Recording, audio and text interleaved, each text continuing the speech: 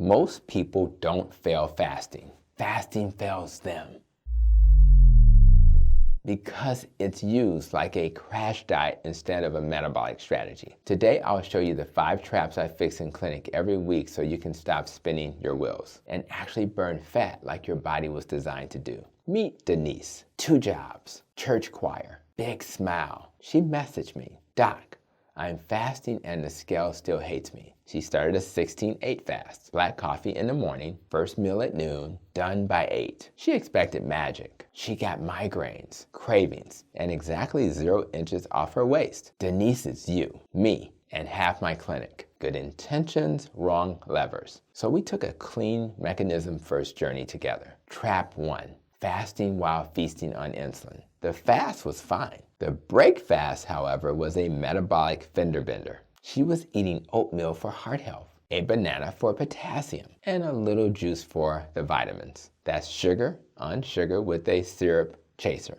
Insulin surges, fat burning shuts down, and lipolysis, the release of stored fat, gets handcuffed for hours. On a molecular level, high insulin tilts mTOR towards storage and turns down AMPK, the burn and repair switch. So the fix wasn't more willpower, it was better inputs. We opened her window with a protein-first real food plate. Eggs or beef, salmon or sardines, with natural fats and optional low-starch veggies. Protein delivered leucine to spark muscle protein synthesis without a glucose roller coaster. Fat provided satiety and kept insulin quiet. We targeted 30 to 40 grams of protein at meal 1 and built from there. Hunger dropped, not because she tried harder, but because her hormones finally got the memo. Trap number 2, dirty fasting.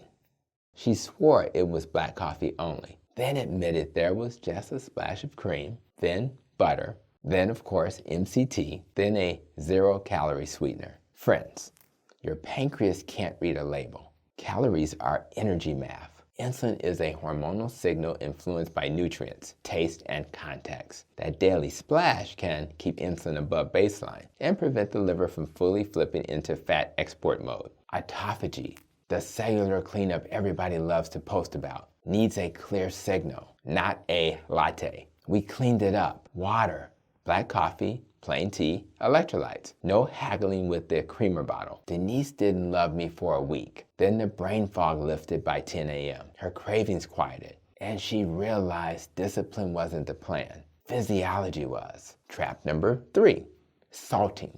When insulin drops, the kidneys shed sodium. That's why new fasters pee more, lose water weight, and sometimes feel flat because of headaches, dizziness, palpitations. It's not fasting broke me, its electrolytes are missing. Sodium is scaffolding for fluid balance and nerve conduction, especially if you're low carb.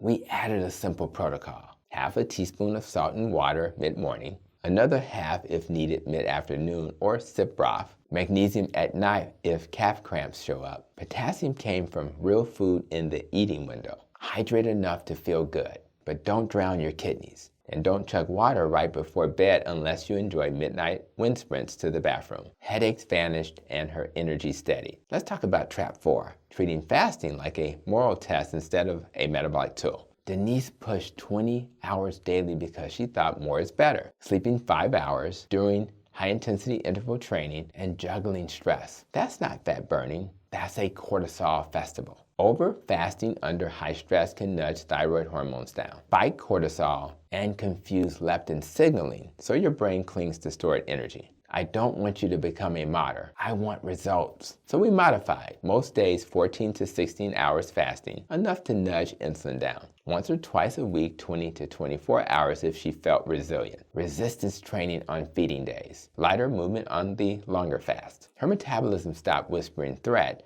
and started hearing rhythm. Let's go to trap 5, fasting against the clock your body obeys. Denise finished dinner at 9:30 p.m. and wondered why sleep suffered and fat loss stalled. Our cells keep time. Insulin sensitivity is higher earlier. Melatonin at night blunts insulin, and growth hormone pulses during early sleep. Late eating asks your body to be both the chef and janitor simultaneously.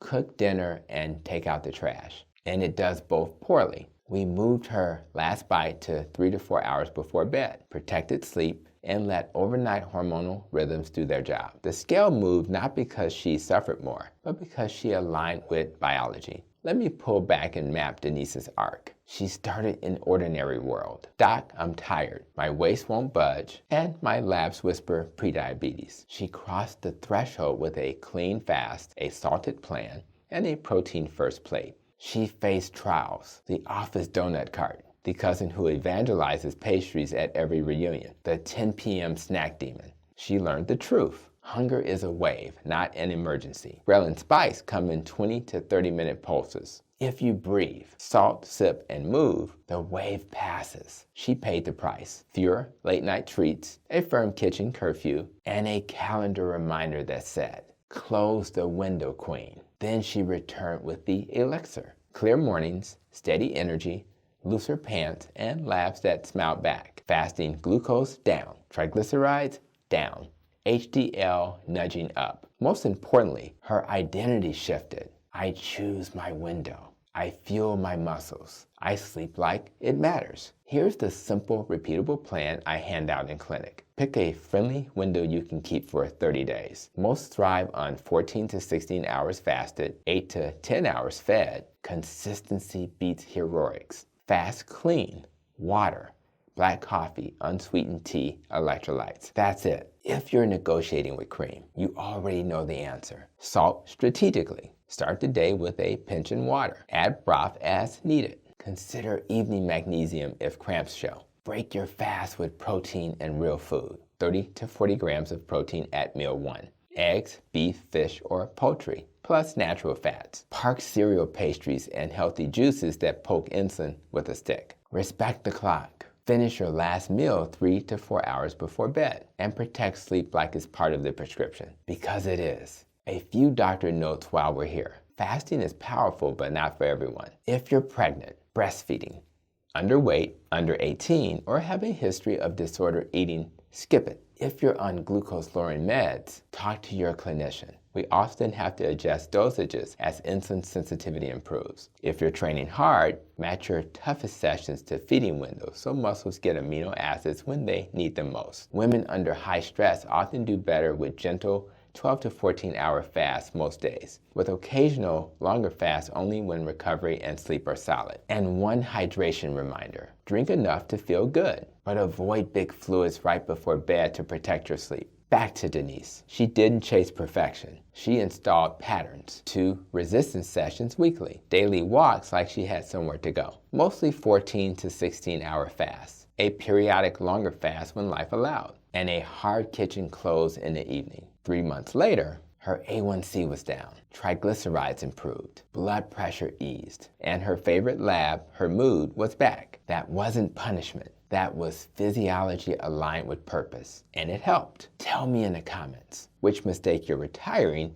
and which fix you're starting today. Share this with a friend who swears just a splash doesn't count. Your pancreas says it does. And if you want more root cause mechanism first guidance from a doc who lives this in clinic every week, hit subscribe and join the community. We're not starving our way healthy. We're teaching hormones to work for us. Fasting is the nudge. Your daily choices are the symphony. Conduct them well, and your body will play the music you've been waiting for.